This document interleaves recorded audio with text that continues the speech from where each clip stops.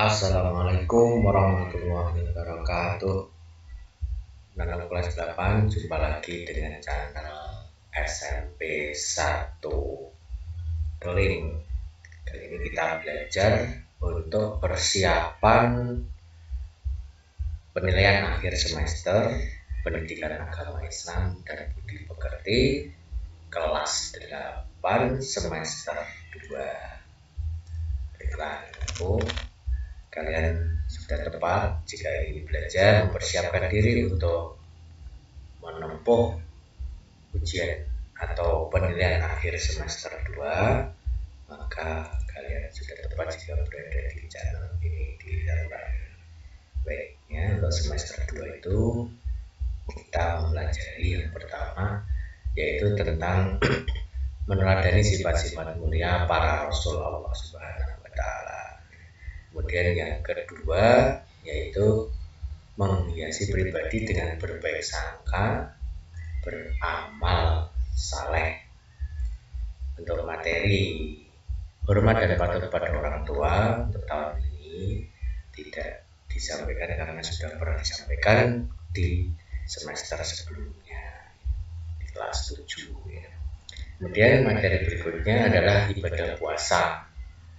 Dan berikutnya lagi yang kalian persiapkan materinya adalah mengonsumsi makanan dan minuman yang halal dan menjauhi yang haram. Kemudian berikutnya adalah pertumbuhan ilmu pengetahuan pada masa daulah Abbasiyah. Kemudian yang keenam ya, karena kurang satu, yaitu hidup sehat dengan makanan dan minuman yang halal bergizi. Tentang surat An-Nisa ayat 116. Yang kalian tempuh adalah nanti penilaian akhir semester 2 itu yang nanti terakhir ya. Jadi untuk kali ini kita belajar untuk mempersiapkan diri untuk menempuh penilaian akhir semester 2. Oke, kita mulai. Saya sudah siapkan soal, yang mana soal ini adalah soal bulan akhir semester tahun lalu. Lihat materi yang pertama. Jadi ini tahun lalu, untuk bab yang kedua tadi masih ada, nanti kita lewati saja belajarnya. Yang pertama adalah tentang iman kepada Rasul-Rasul Allah. Perhatikan ini soal yang pertama kan, ini apa, ini sifat wajib. Jadi kalian harus tahu sifat wajib. Cara belajarnya kalian harus tahu sifat wajib bagi para Rasul, sidik, amanah, tabligh, fatona. Ini kalian harus mengetahui artinya ya. Kalian buka lagi buku kalian, kemudian jawablah ini, gitu ya caranya belajar. Saya tidak tunjukkan jawabannya, kalian saya anjurkan untuk melihat kembali, mengingat kembali arti dari sidik, amanah, tabligh, dan fatona, kemudian cocokkan dengan di sini. Begitu cara belajarnya. Kemudian soal nomor 2, bagi kalian, para Rasul haruslah cerdas. Coba kita lihat pada poin atau pokok soalnya ini apa ini maksudnya, yaitu sifat mustahil. Nah, ini ada sifat wajib, ada sifat mustahil. Demikian juga dengan sifat mustahil ini kalian harus hafal, harus mengetahui sifat mustahil para Rasul itu apa saja dan artinya. Cara belajarnya seperti itu. Kemudian nomor 3, langsung agak cepat ya, seperti tidak terlalu lama videonya. Seorang nabi diutus oleh Allah untuk berdakwah kepada Raja Namrud. Ini kalian membaca kisah-kisah para nabi dan rasul. Nah, ini kalian buka, itu di buku paket itu ada itu masing-masing apa namanya kisah nabi, mulai dari Nabi Adam sampai dengan Nabi Muhammad, nabi terakhir, rasul terakhir, yaitu Muhammad SAW. Itu nomor 3. Nah, kalian buka itu, atau kalian ingat, kalian sudah pernah mendengar kisah ini ya bisa menjawab ya. Begitu kalian bisa menjawabnya. Kemudian nomor 4, para rasul, tugas para rasul di bawah ini yang benar. kecuali ini yang bukan merupakan tugas para rasul berarti ya soal ini. Karena membahas soal sebenarnya tidak boleh ada kecuali. Berikut ini misalnya ini caranya kita yang betul. Berikut ini adalah pernyataan yang bukan merupakan tugas para rasul, yaitu lebih tepat seperti itu. Kalau ini kan kecuali ya, kita cari, kalian cari yang bukan tugas para rasul. Memberi peringatan bahwa manusia yang ingkar akan mendapat balasan di neraka.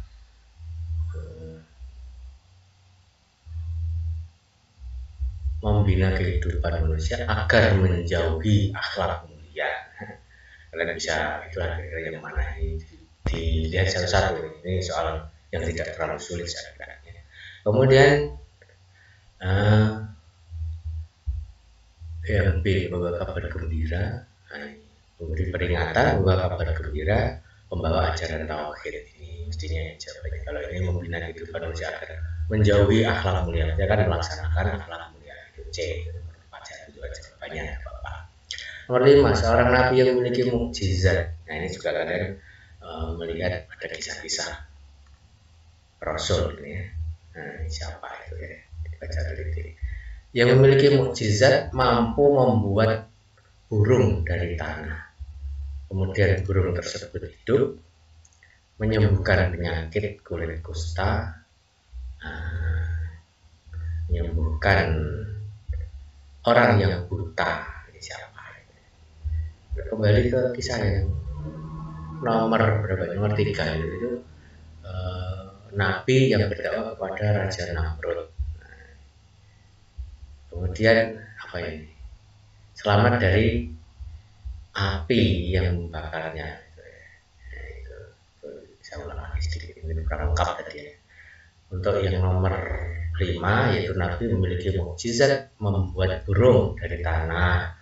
Kemudian burung tersebut hidup, menyembuhkan penyakit kulit kusta yang sulit disembuhkan, menyembuhkan orang buta, menghidupkan kembali orang yang sudah meninggal walaupun sebentar.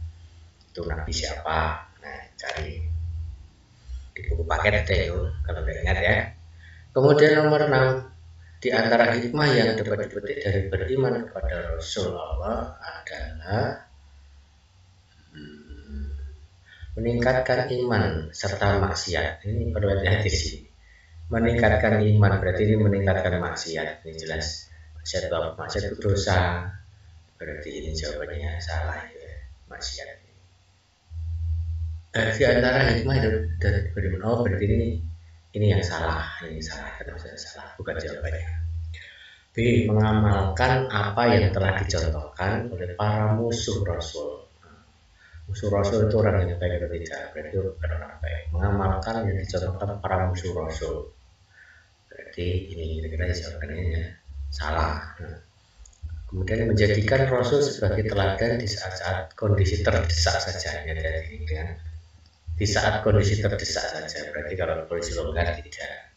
Kemudian D, selalu patuh dan taat dalam menjalankan semua perintah Allah Subhanahu wa Ta'ala dan menjauhi larangannya. Itu jawabannya kalian tidak tahu. Tiga itu bukan, berarti satu yang terakhir itu. Baik, tidak apa-apa saya tunjukkan jawabannya. Hikmah yang dapat dipetik. Kemudian soal nomor 7 ini tentang apa ini? Berbuat baik pada orang ini tidak termasuk materi ini, tidak termasuk orang tua tidak. Tapi kedua tadi di awal sudah saya sampaikan ini tidak masuk karena sudah pernah dipelajari di kelas 7 kalau tidak salah ya. Ini apa ini lagi? Ini sama tidak masuk materi ini. Kemudian ini yang nomor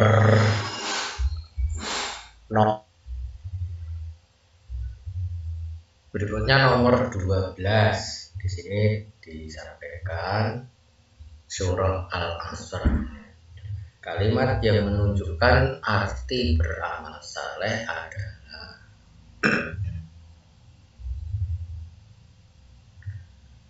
kalimat yang menunjukkan arti beramal saleh adalah satunya mana? 1, 2, 3,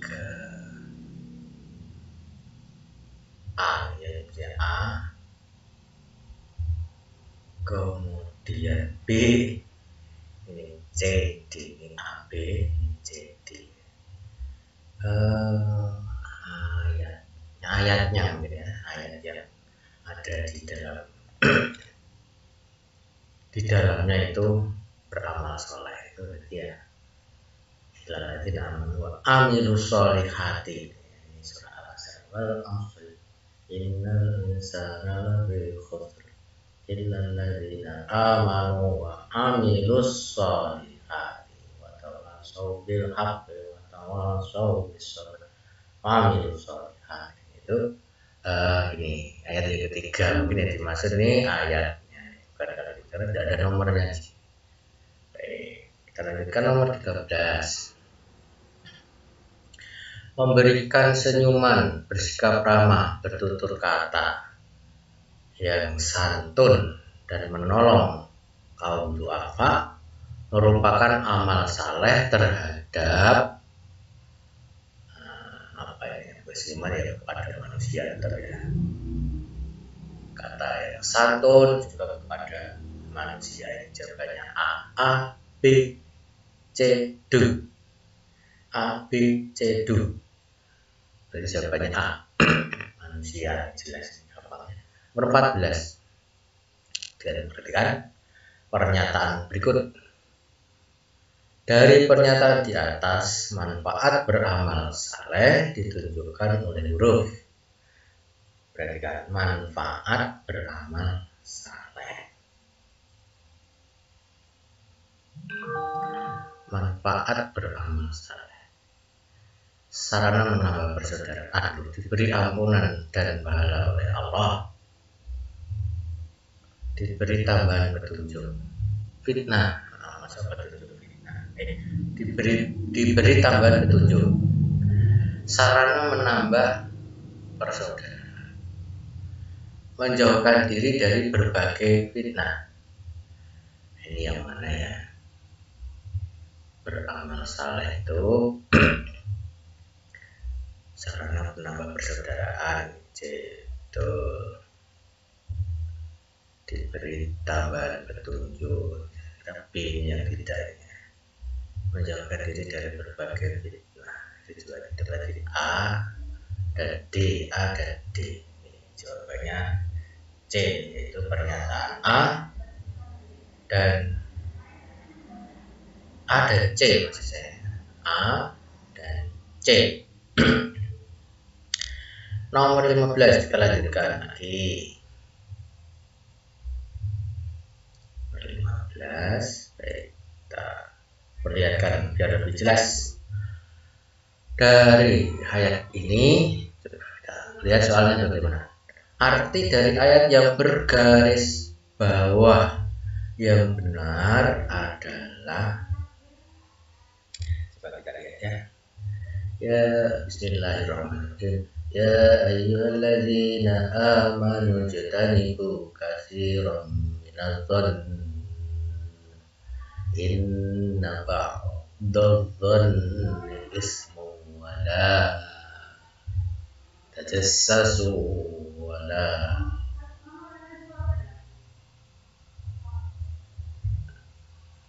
sampai di sini coba ini kalian langsung poin pada inna ba'dadh, sesungguhnya sebagian dari prasangka itu adalah ismun, dosa. Sesungguhnya sebagian dari prasangka itu prasangka adalah dosa. Jadi tidak usah kita baca semua ya. Ini saja sampai di sini. Inna ba'dadh ini ismun, sesungguhnya bagian dari prasangka itu adalah dosa. Mana ya? Sesungguhnya, inna sesungguhnya. Ini kalian kalau tahu artinya inna sudah tahu. Inna sesungguhnya. Nah, inna sesungguhnya ada sesungguhnya di sini. Di bawahnya sudah ada sesungguhnya. Baik, kita lanjut lagi. Pindah ke bawah ya. Baik, kita pindah lagi. Nomor 16. Yang bukan contoh perilaku berbaik sangka. Ketika uang saya hilang, maka saya berpikiran bahwa itu bukan rezeki saya. Ini contoh berbaik sangka saya kiranya. B. Ketika teman saya mendapat nilai bagus, saya berpikir pasti dia menyontek. Dan kemungkinan jawabannya ini, ya, karena biasanya nilainya jelek. Ini tidak berbaik sangka ya. Coba kita pastikan lagi ya C. Ketika saya mendapat nilai kurang, sekarang saya berpikir bahwa saya memang kurang belajar. Oh, ya. Ini betul. Nah, ini termasuk berbaik sangka. Jika saya melakukan kesalahan, maka saya mengakui kesalahan tersebut. Ini berbaik sangka.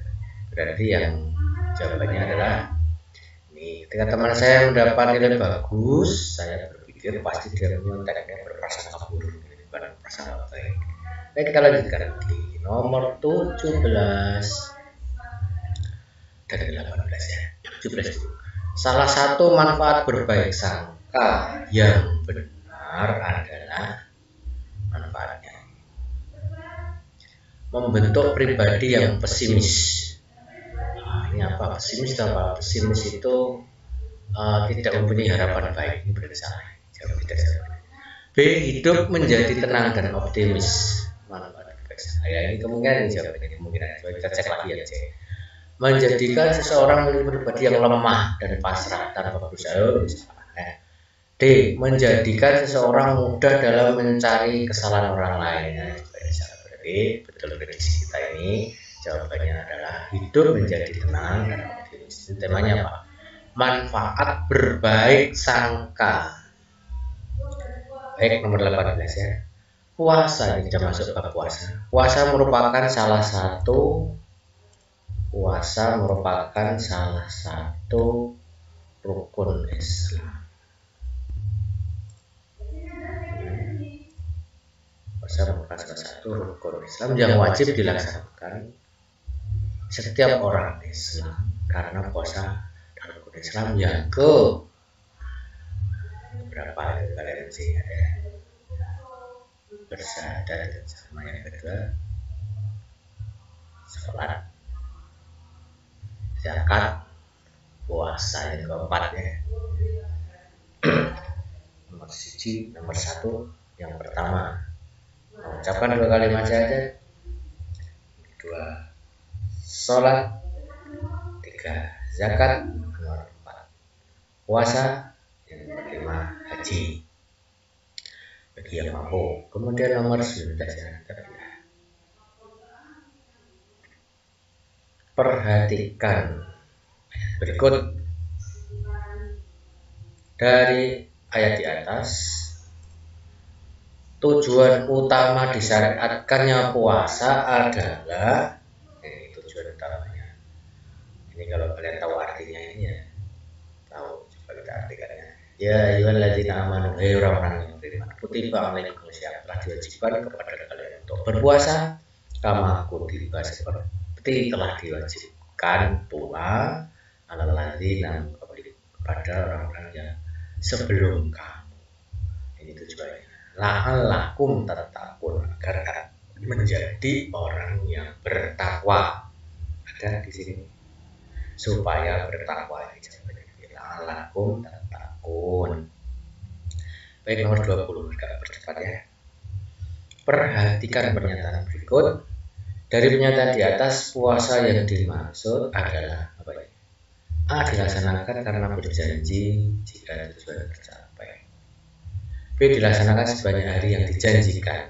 Puasa karena janji, ini karena nazar, ini namanya puasa nazar. Kalau puasa Ramadan itu puasa di bulan Ramadan. Puasa qadha itu mengganti puasa bulan Ramadan yang belum dilaksanakan. Puasa kifarat itu karena pelanggaran syariat, kemudian dihukum supaya berpuasa. Kalau puasa nazar itu puasa karena janji. Baik, kita lanjutkan ya. Ini macam-macam puasa. Maksudnya puasa wajib, salah satunya adalah puasa nazar, karena wajibnya karena dia bernazar atau berjanji. 21. Perhatikan macam-macam puasa berikut. Dari pernyataan di atas termasuk puasa wajib ditunjukkan oleh huruf.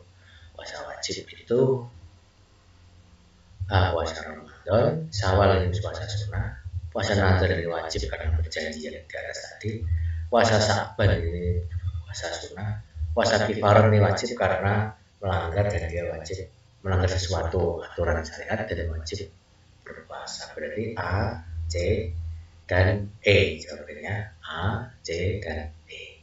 Karena yang B ini puasa sunnahnya, D berpuasa sunnah. Nomor 22. Puasa yang dilakukan selama 6 hari setelah hari raya Idul Fitri dan pahalanya seperti puasa 1 tahun penuh adalah ya, setelah bulan Ramadan itu bulan apa?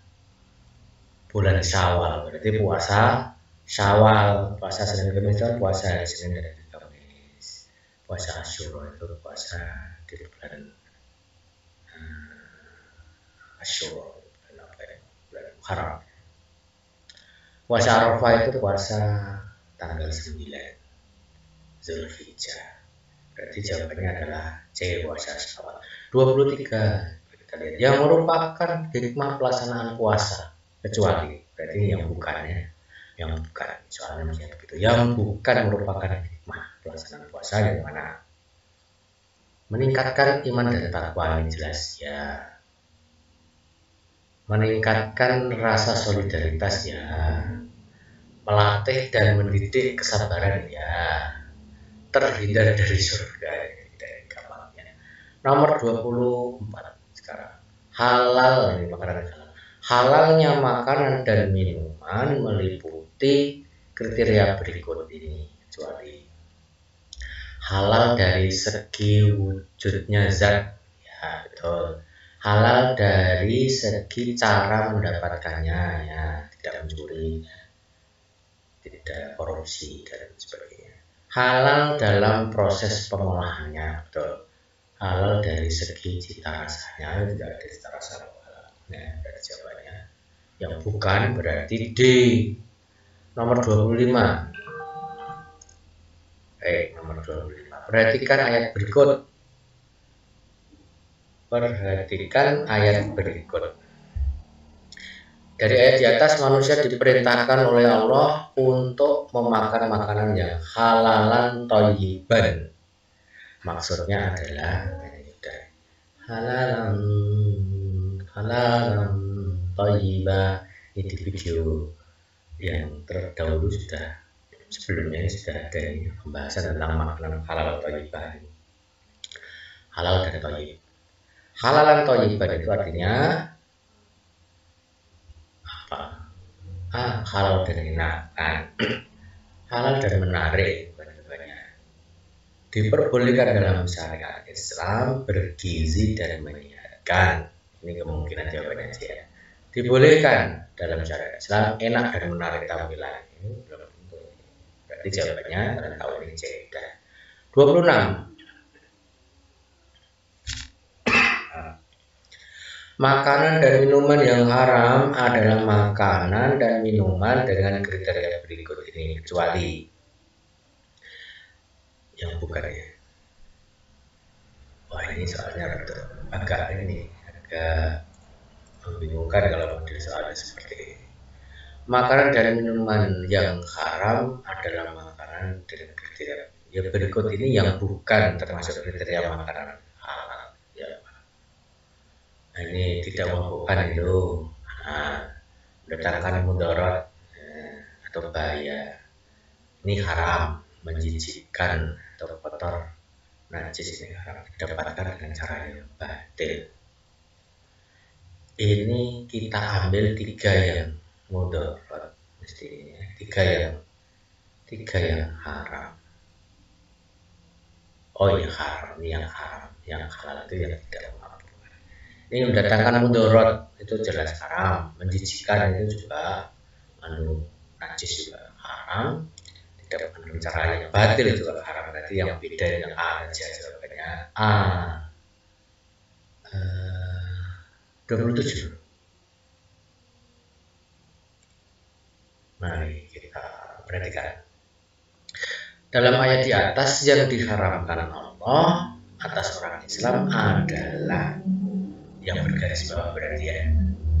Al-maitatu wad-damu. Al-maitah itu bangkai, dam itu darah. Ada di sini. Bangkai dan darah. Betul, ini bangkai al-maitah. Maitah itu bangkai, dam itu darah. Kita lanjutkan untuk nomor 28. Kalimat yang memiliki makna daging hewan yang mati karena dipukul. Ini ada 4 pilihan jawaban. Kalian harus tahu artinya semuanya ya. Saya tunjukkan artinya ya satu persatu. Almun khoniqatu itu hewan yang mati karena tercekik. Almun khoniqatu. Kemudian al-mauqudatu. Ini hewan yang mati karena dipukul.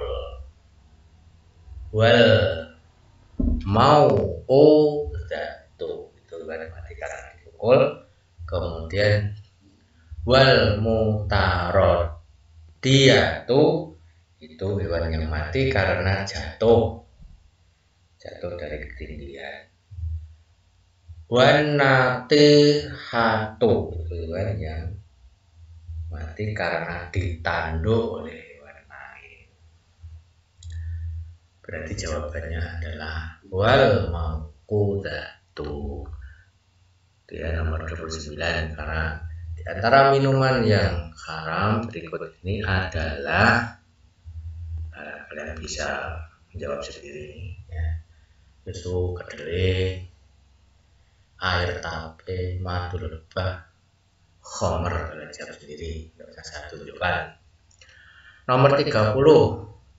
Salah satu manfaat yang didapat dengan mengonsumsi makanan dan minuman yang halal adalah, perhatikan, salah satu manfaat. Dia bermanfaat ya. Kita bacain dulu. A. Membuat uang lebih boros. Nah, ini tidak manfaat namanya. B. Menjauhkan diri dari Allah. Ini tidak manfaat juga. C. Terjaga kesehatannya. Ini kemungkinan jawabannya. Coba kita cek lagi. Tidak memiliki manfaat apapun pada diri sendiri. Oh, ini perintahnya ini manfaat di soal ini. Berarti jawabannya betul ya. Seperti yang kita duga sebelumnya, yaitu C. Nomor 31. Kita lanjutkan 31. Kita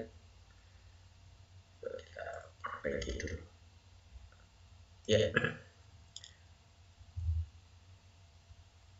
Perhatikan pernyataan berikut. Salah satu akibat yang ditimbulkan dari mengonsumsi makanan dan minuman yang haram ditunjukkan oleh huruf. Salah satu akibat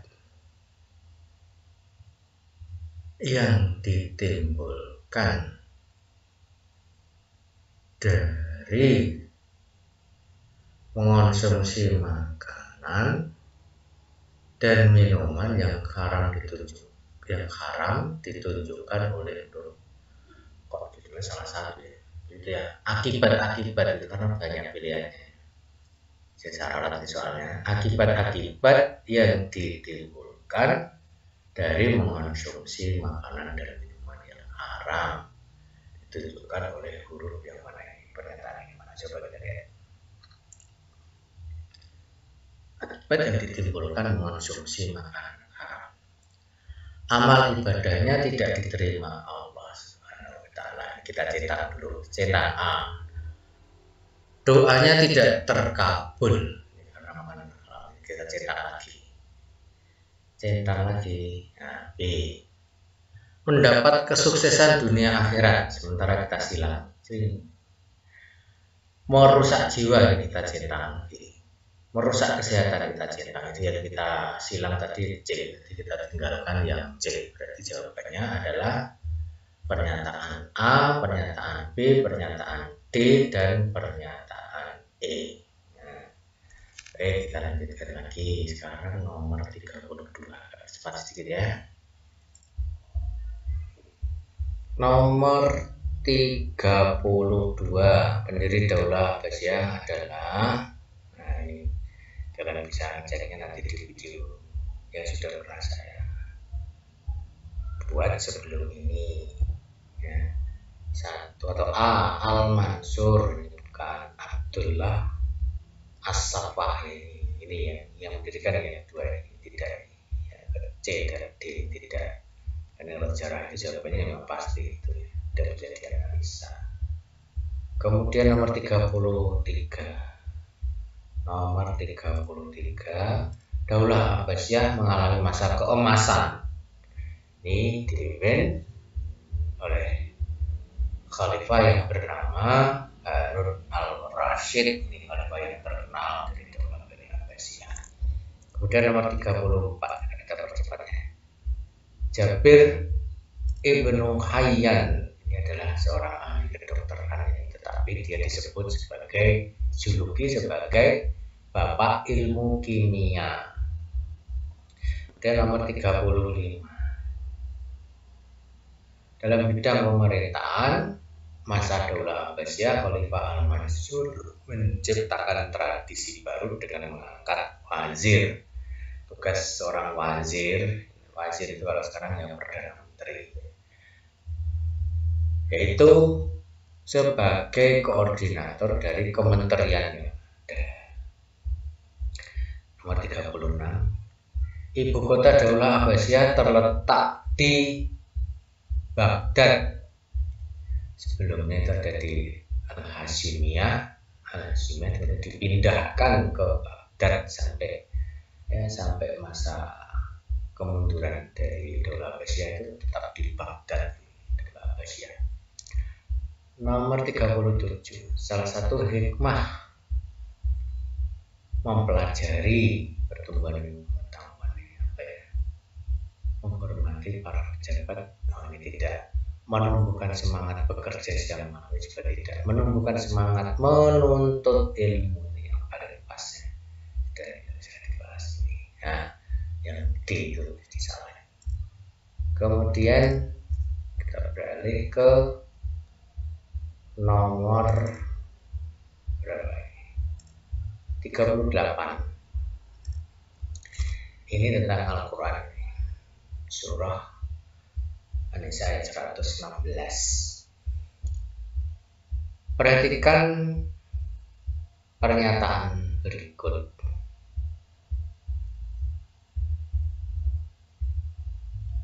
Pasangan kalimat beserta artinya dari pernyataan di atas ada pasangannya.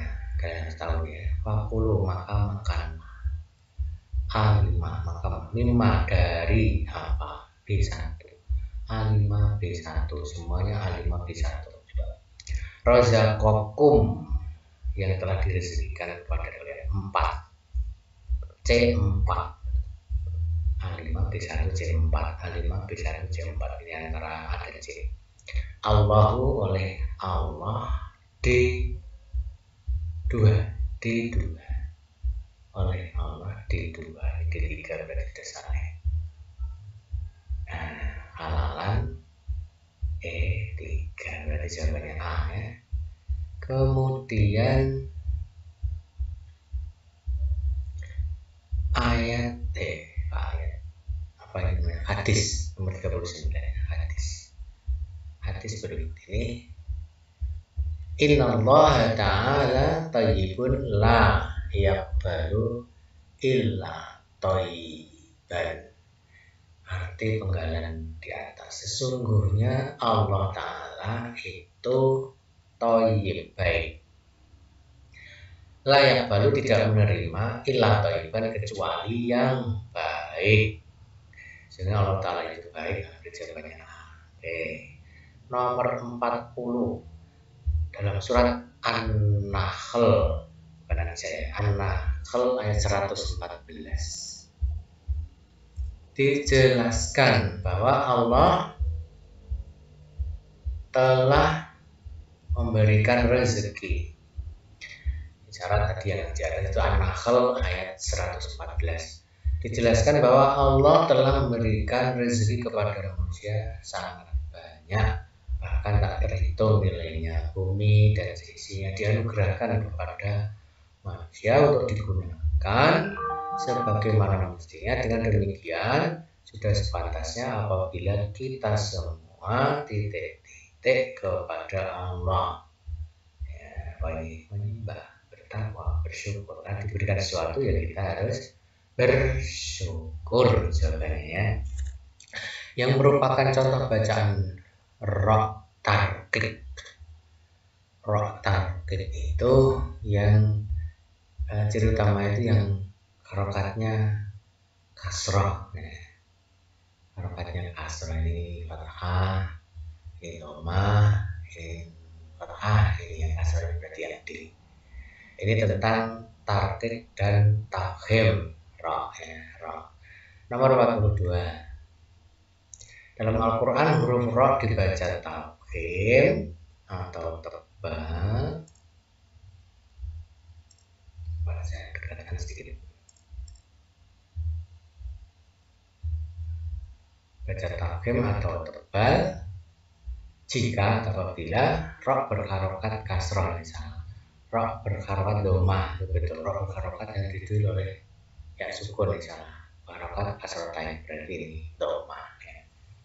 Tebal yang domah atau fathah. Nomor 43. Perhatikan penggalan ayat berikut. Razaqakumullah, umullah. Lam jalalah, ini tentang lam jalalah, mengucapkan lafal Allah itu ya. Umullah itu tebal atau coba ini pertanyaannya. Lafal lam jalalah yang bergaris bawah di atas dibaca tafhim karena didahului oleh harokat domah. Ini betul, ini dahulu itu salah. Dari huruf mim berharokat domah pada huruf ha. Lafal Allah memang harus dibaca tafhim, aturannya ya ada apa di situ. Razaqakum, kalau ini enggak betul, ini yang di salah. Jadi yang A. Nomor 44. Perhatikan penggalan ayat berikut yang termasuk bacaan roh tafhim. Yang tafhim itu yang tebal ya, ditunjukkan oleh domah atau fathah. A yang tebal, ro yang tebal, ro bar. Nah ini berarti ini ya tidak, berarti A B C. Ini jawabannya A B C. Ini tebal semua A B C. Ini tulis 45. Nomor 45 terakhir ini coba kita geser bawah. 45. Pasangan contoh dan hukum roh yang benar ditunjukkan oleh huruf sudah habis. Ini sudah tidak ada jawabannya. Pasangan contoh ini jawaban kita pilih coba salah satu. A pasangan yang betul. Ini target, ini salah. Ini ala roh, ini target salah. Ri, ini target salah. Ini target, ini betul. Durian target salah. Berarti jawabannya C. Kalau ada jawabannya ternyata ini yang tepat itu ini target. Ri, warid, wan itu tipis target. Baik, demikian saran dari saya. Kalian tetap membuka buku atau diktat apapun literatur yang kalian punya. Kemudian jangan lupa membuka video-video yang sebelumnya. Dan untuk khusus untuk video ini, bagi kalian yang belum subscribe, like dan share, silakan membantu saya untuk menambah namanya subscriber. Minta tolong pada kalian ya, jangan karena hanya mengklik yang subscribe itu saja, suatu yang sangat ringan. Terima kasih. Saya akhiri. Assalamualaikum warahmatullahi wabarakatuh.